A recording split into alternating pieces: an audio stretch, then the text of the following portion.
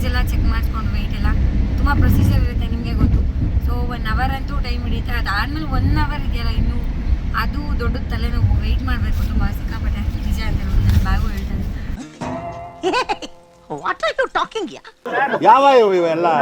So ಅದೊಂದೇ boring. ಮತ್ತು night journey already ಮಾಡಿದ್ದೀನಿ 1-2 ಸತಿ ವಿಮಾನದಲ್ಲಿ. ನೈಟ್ ಅಷ್ಟೊಂದು ಎಕ್ಸೈಟಿಂಗ್ ಆಗಿರಲ್ಲ. ಮಾರ್ನಿಂಗ್ ಟೈಮಲ್ಲೇ ಅಕ್ಕಪಕ್ಕ ಕ್ಲೌಡ್ಸ್ ಎಲ್ಲ ಕಾಣಿಸ್ತಿರುತ್ತೆ, ತುಂಬ ಚೆನ್ನಾಗಿರುತ್ತೆ. ನೋಡಬೇಕು ಹೆಂಗೆ ಟೈಮ್ ಪಾಸ್ ಮಾಡೋದು ಅನ್ನೋ ಗೊತ್ತಿಲ್ಲ.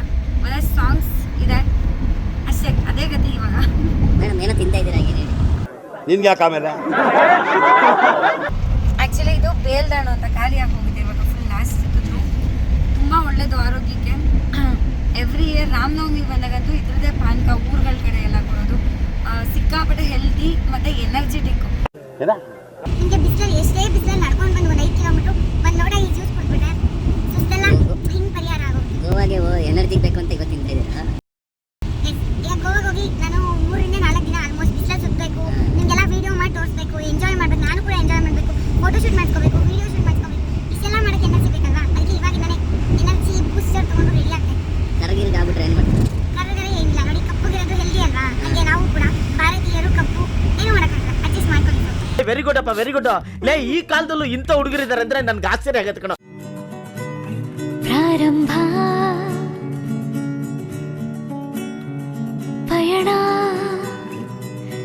ಎಲ್ಲ ಗಡಿಗಳನ್ನು ಮೀರುತ್ತಾ ಜಿಗಿತ ಒಡನಾಟವೆಂದರೊಂದು ಮಾಯೆ ಒಟ್ಟಿಯಾಗ ಬೀಡ ಓಡು ನೀ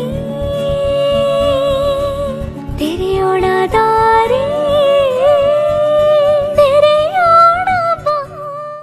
ಇಲ್ಲಿ ನೋಡಿ ನಮ್ಮ ಕೆಂಪೇಗೌಡರು ಸ್ಟ್ಯಾಚ್ಯೂನ 108 ಅಡಿ ಎತ್ತರ ಇರುವಂತಹ ಕಂಚಿನ ಪ್ರತಿಮೆ.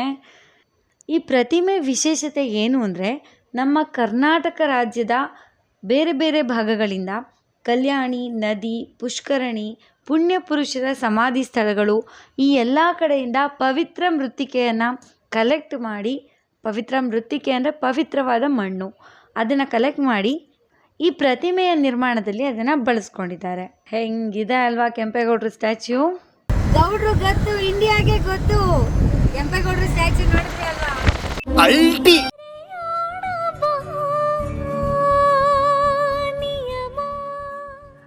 ನಾನಂತೂ ಸಿಕ್ಕಾಪಟ್ಟೆ ಎಕ್ಸೈಟ್ ಆಗಿದ್ದೀನಪ್ಪ.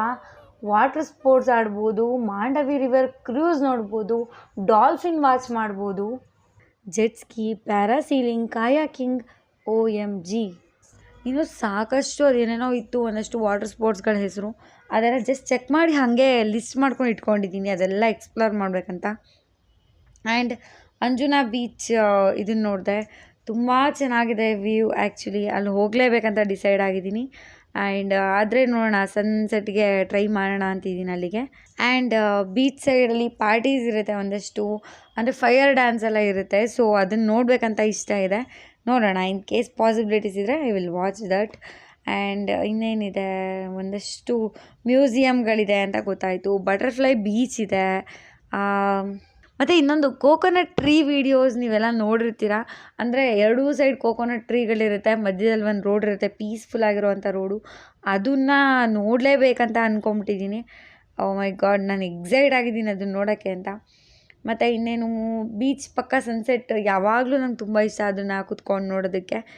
ಮತ್ತು ಬಂಗಿ ಜಂಪ್ ಮಾಡಬೇಕು ಅಂತ ಡಿಸೈಡ್ ಆಗಿದ್ದೀನಿ. ಅದು ಗೊತ್ತಿಲ್ಲ ಎಷ್ಟು ಭಯಾನಕವಾಗಿರುತ್ತೆ ಏನು ಅಂತ. ಪಿಂಕ್ ಬೀಚ್ ಅಂತ ಒಂದಿದೆ, ಅದು ಆ್ಯಕ್ಚುಲಿ ನಾನು ಪೂರ್ತಿ ರಿಸರ್ಚ್ ಮಾಡಿಲ್ಲ ಅದ್ರ ಬಗ್ಗೆ. ಅಂದ್ಕೊಂಡಿದ್ದೀನಿ ಅಲ್ಲಿ ಹೋದ್ಮೇಲೆ ಟೈಮ್ ಸಿಕ್ಕಿದ್ರೆ ನೋಡಿಬಿಟ್ಟು ಡಿಸೈಡ್ ಮಾಡೋಣ ಅಂತ ಯೋಚನೆ ಮಾಡ್ತಾಯಿದ್ದೀನಿ. ಫೈನಲಿ ನಮ್ಮ ಬೆಂಗಳೂರು ಏರ್ಪೋರ್ಟ್ನ ರೀಚ್ ಆಗಿದ್ದಾಯಿತು. ಲಗೇಜ್ ಎತ್ಕೊಂಡು ಒಳಗಡೆ ಹೋಗೋಣ. ಪ್ರಾರಂಭ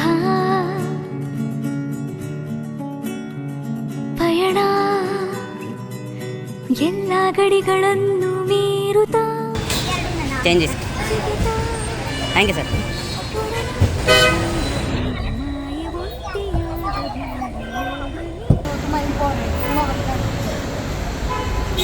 ನಮ್ಮ ಬೆಂಗಳೂರು ಏರ್ಪೋರ್ಟ್ ಒಳಗಡೆ ಹೇಗಿದೆ, ಏನಿದೆ ಪ್ರೊಸೀಜರ್ಸ್ ನಾವು ಬೋರ್ಡಿಂಗ್ ಮಾಡೋದಕ್ಕೆ ಏನೇನು ಪ್ರೊಸೀಜರ್ನ ಫಾಲೋ ಮಾಡಬೇಕು, ಹೇಗೆ ಒಳಗಡೆ ಹೋಗಬೇಕು ಎಲ್ಲದನ್ನು ನೆಕ್ಸ್ಟ್ ವಿಡಿಯೋದಲ್ಲಿ ತೋರಿಸ್ತೀನಿ. ನಿಮಗೆ ಈ ವಿಡಿಯೋ ಇಷ್ಟ ಆಗಿದ್ರೆ ಲೈಕ್ ಮಾಡಿ, ಶೇರ್ ಮಾಡಿ, ಕಾಮೆಂಟ್ ಮಾಡಿ. ಹಾಗೆ ಚಾನಲ್ಗೆ ಇನ್ನೂ ಸಬ್ಸ್ಕ್ರೈಬ್ ಮಾಡ್ಕೊಂಡಿಲ್ಲ ಅಂದರೆ ಮಾಡ್ಕೊಳ್ಳಿ. ನನ್ನ ನೆಕ್ಸ್ಟು ಟ್ರಾವೆಲಿಂಗ್ ವೀಡಿಯೋಸ್ ಎಲ್ಲ ಬರ್ತಾ ಹೋಗುತ್ತೆ ಕಂಟಿನ್ಯೂಸ್ ಆಗಿ.